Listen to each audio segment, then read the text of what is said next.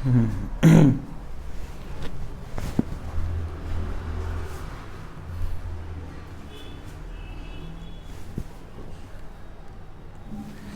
welcome back again guys.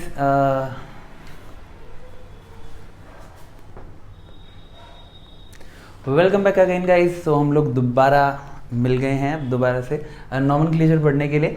So nomenclature of amines के बारे में अब हम लोग बात करेंगे बेटा। मुझे लगता है कि सभी को ऐसा लगता है कि नाम बहुत ज़रूरी चीज़ है। कोई भी पर्सन जो आइडेंटिफाई होता है या जिसे भी आप लोग कहते हैं कि बहुत फेमस है, वो सभी किसकी वजह से हैं? अपने नाम ही है जो इम्पोर्टेंस प्ले करता है। तो इसी तरीके से किसी भी चैप्टर में जो सबसे ज़रूरी पार्ट, सबसे ज़रूरी तो नहीं कह सकते बट हाँ बहुत ज़्यादा ज़रूरी पार्ट जो आप लोग कहते हो वो है किसी भी ऑर्गेनिक कंपाउंड का नाम। ऑर्गेनिक कंपाउंड का नाम क्यों कह रहा हूँ? क्योंकि अगर किसी भी कंपाउंड का नाम ही आपको नहीं पता होगा तो आप उसको जस्टिफाई किस तरीके से कर पाओगे? ठीक है, तो बहुत इंपॉर्टेंट पार्ट है कि किसी भी चैप्टर को पढ़ने से पहले हम उसके स्ट्रक्चर्स के बारे में समझें कि किसी भी स्ट्रक्चर का नाम अगर लिखा गया है तो वो है क्या चीज़।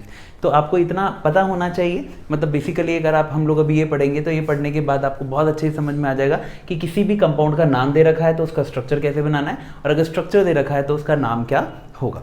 ठीक है, तो हम लोग स्टार्ट करें बेटा अमीन के नॉमेनक्लेचर के बारे में। सबसे पहले हम लोग इसको क्लासीफाई कर लेते हैं। तो बेसिक जो पार्ट आपको पता ही है, नॉमेनक्लेचर ऑफ अमीन हम दो अलग अलग फेजेस में करेंगे। फेजेस में इन द सेंस कि सबसे पहले हम लोग पढ़ेंगे अल्काइल अमीन्स के बारे में।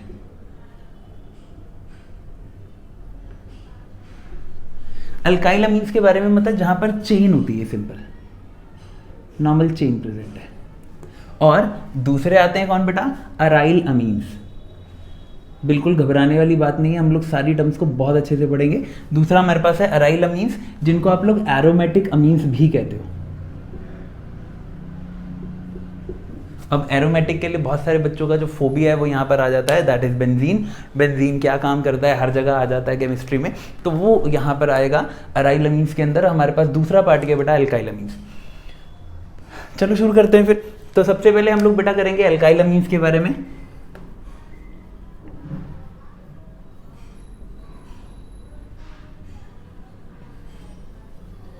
अल्काइल अमीन्स के बारे में जब हम लोग नॉमेनक्लेचर पढ़ने जा रहे हैं बेटा, तो मैं इसको भी फर्दर 3 पार्ट्स में डिवाइड करूंगा। मैं पहले आपको बताऊंगा 1 डिग्री अमीन्स का नाम कैसे लिखेंगे, फिर हम लोग बात करेंगे 2 डिग्री अमीन्स का नाम कैसे लिखेंगे, और फर्दर हम लोग ऑब्वियस सी बात है 3 डिग्री अमीन्स पर भी आएंगे। तो अल्काइल अमीन्स में 1 डिग्री अमीन की अगर हम लोग बात करें तो मैं कोई एक स्ट्रक्चर आपको बता देता हूँ बेटा। ये देखो, लेट सपोज 1 डिग्री अमीन का जो बेसिक फॉर्मूला है दैट इज RNH2। यहाँ पर ये R ग्रुप कुछ भी हो सकता है, ठीक है। तो वो हम लोग लिखना शुरू करते हैं। मान लो आपको दे रखा है CH3NH2। ये सबसे बेसिक अल्काइल अमीन है जो आपको पता चल सकता है। तो RNH2 की जगह मैंने लिखा CH3NH2। अब यहाँ पर 2 तरीके के नाम हैं जो आप लोग हमेशा से पढ़ते आ रहे हो। एक को आप लोग कहते हो कॉमन नेम, और दूसरा नाम जो हर जगह ही यूटिलाइज होता है जिसे हम लोग कहते हैं IUPAC नॉमेनक्लेचर या IUPAC। ठीक है, अब इसका नाम हम लोग जब कॉमन नेम के अकॉर्डिंग लिखते हैं तो कॉमन नेम कहता है कि आप इसका नाम लिख दो अल्काइल अमीन, जो कि मैंने पहले ही लिखा है। जबकि IUPAC कहता है कि इनका नाम लिखो एल्केन अमीन।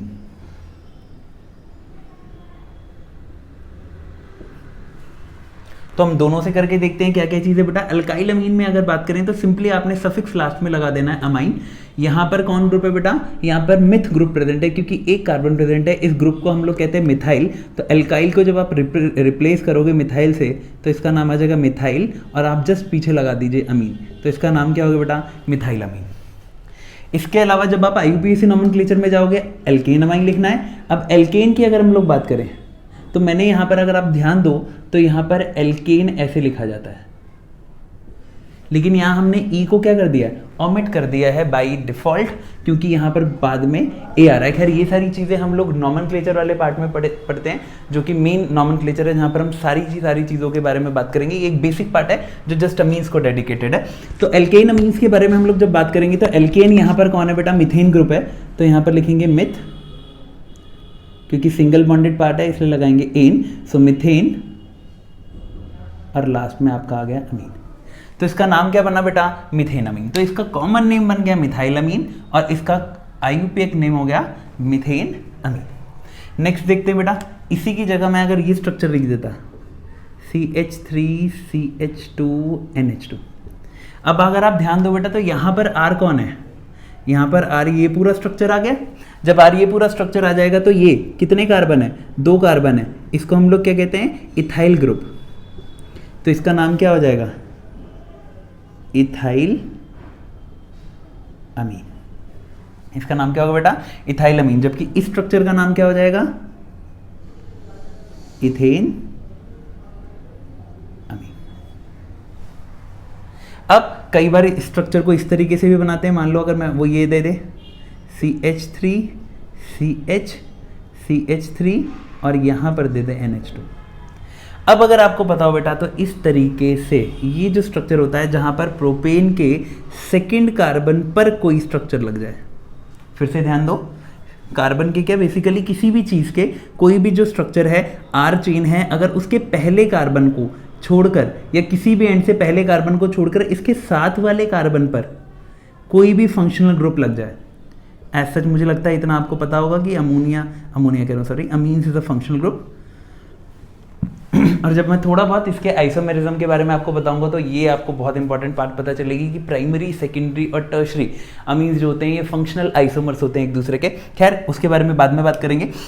तो यहाँ पर आपका आया बेटा CH3, CH और CH3, ये आपका आ गया NH2, यहाँ पर आपका आया ये फंक्शनल ग्रुप है। अब कभी भी अगर किसी चीज़ के पहले कार्बन को छोड़ के साथ वाला जो कार्बन है बेटा उस पर कौन सी चीज़ लगी हो, कोई भी फंक्शनल ग्रुप लगाओ, तो हम उसके नाम के आगे आइसो लगा देते हैं।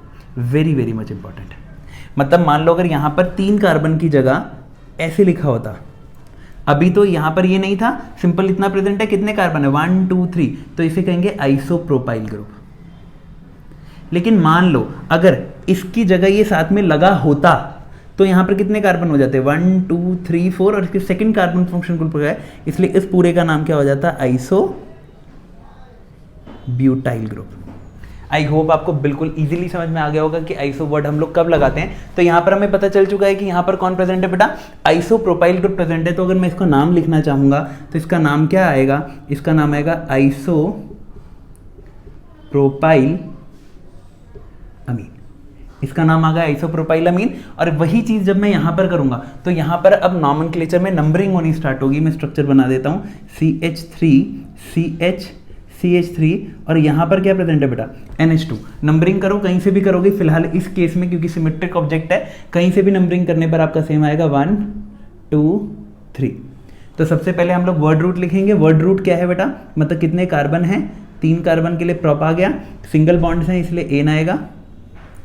अब यहाँ पर देखो फर्स्ट कार्बन पर अमीन नहीं है, सेकंड पर अमीन है, then we just have to specify it कि सेकंड कार्बन पर अमीन है, तो हम लिखेंगे प्रोपेन 2 अमीन।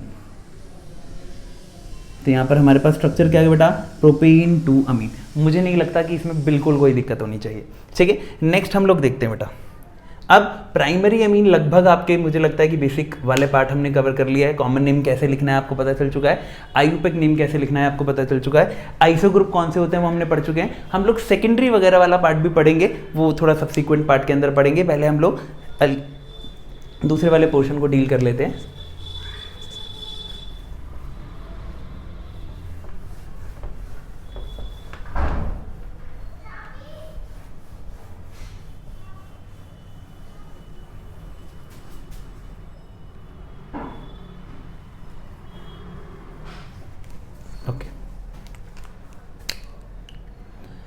अब हमारे पास आ रहे बेटा सेकेंडरी अमीन।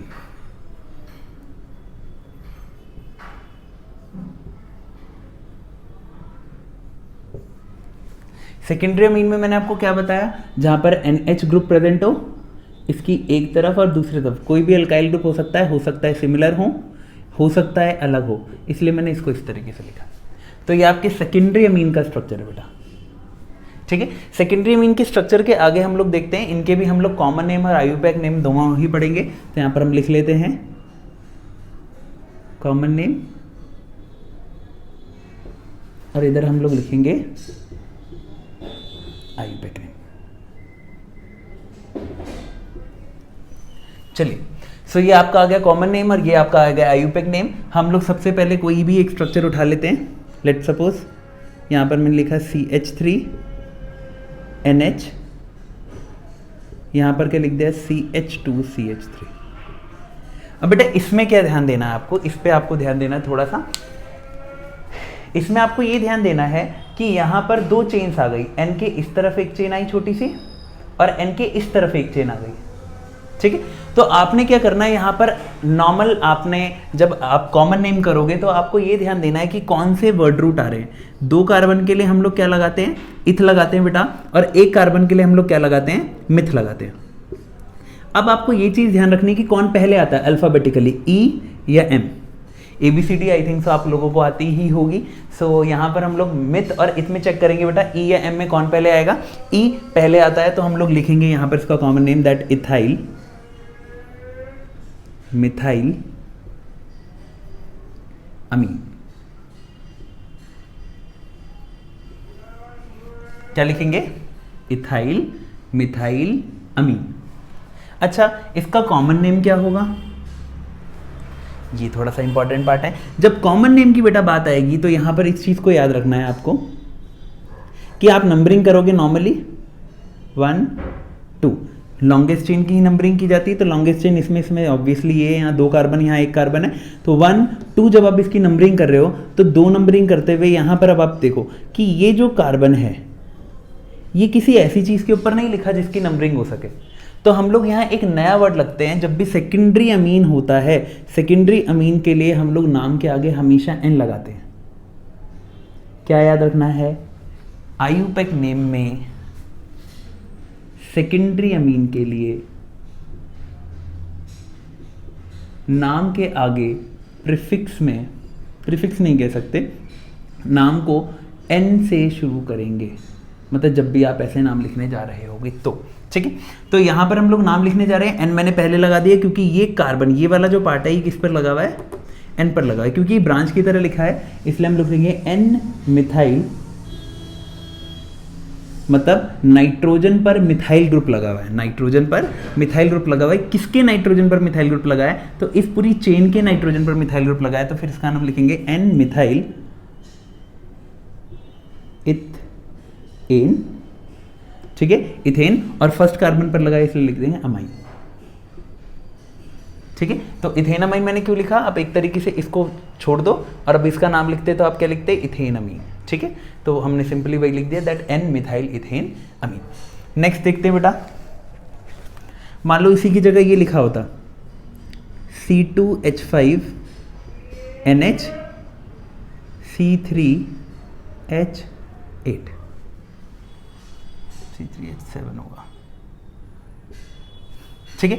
अब यहाँ पर देखो बेटा, बच्चे कई बार इसमें भी कंफ्यूज हो जाते हैं, बिल्कुल कंफ्यूज नहीं होना है। यहाँ पर कितनी चेन है कार्बन की, 2, सिंपल आ जाएगा इथ। यहाँ पर कितने कार्बन है बेटा, 3 हैं, यहाँ पर आ जाएगा प्रॉप। अब ये इथ मिथ ब्यूट प्रॉप ये बहुत सारा आपको डिफिकल्टी देंगे, बट बहुत ज़्यादा इंपॉर्टेंट है तो आपको ये करना ही पड़ेगा। तो यहाँ पर वापस देखते हैं बेटा, यहाँ पर हमारे पास आ गया इथ आ गया यहाँ पर, और यहाँ पर आ गया प्रॉप। अब फिर से वही वापस कॉमन नेम लिखने के लिए मैंने आपको क्या बताया, अभी बिल्कुल रिकॉल करेंगे दोबारा से कि कॉमन नेम के लिए हमें चाहिए होता है कि कौन अल्फाबेटिकली पहले आता है, ठीक है। तो यहाँ पर कौन कौन प्रेजेंट है मेरे पास, यहाँ पर मेरे पास प्रेजेंट है कौन बेटा, इथ ग्रुप और प्रॉप ग्रुप। इथ के लिए आ रहा है E, प्रॉप के लिए आ रहा है P। अल्फाबेटिकली कौन पहले आता है, अल्फाबेटिकली पहले E आता है, इसलिए इसका नाम क्या लिखेंगे बेटा, इथाइल प्रोपाइल अमीन। तो इसका नाम क्या हो गया बेटा, इसका नाम हो गया इथाइल प्रोपाइल अमीन। नेक्स्ट हम लोग आते हैं, इसी का नाम जब हम लोग IUPAC में करेंगे आपको देखते ही पता चल गया NH लगा हुआ है।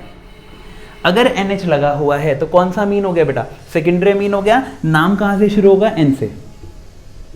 मेन पेरेंट चेन कौन होगी, मेन पेरेंट चेन हमेशा वो होती है जो लॉन्गर होती है। लॉन्गर चेन है यहाँ पर 3 कार्बन की, यहाँ पर 2 ही कार्बन है, तो इसलिए ये सब्स्टिट्यूएंट मतलब ब्रांच की तरह यूज होगी। तो हम लोग लिखेंगे इसका नाम इथ ग्रुप है, इसलिए लिखेंगे N इथाइल। अब ये खत्म हो गया बेटा, अब इसको छुपा लो और सोचो इसका नाम क्या लिखते। 3 कार्बन की चेन है तो प्रॉप आ जाता, सिंगल बॉन्डेड है एन आएगा और लास्ट में क्या आ गया अमीन। तो हम क्या लिखेंगे, N इथाइल प्रोपेन अमीन। तो नाम क्या आ गया बेटा, N मिथाइल। इथाइल प्रोपेन अमीन आ गया। इसके बाद बेटा ये आपका सेकेंडरी अमीन का इंपॉर्टेंटली पार्ट खत्म हो चुका है। अब हम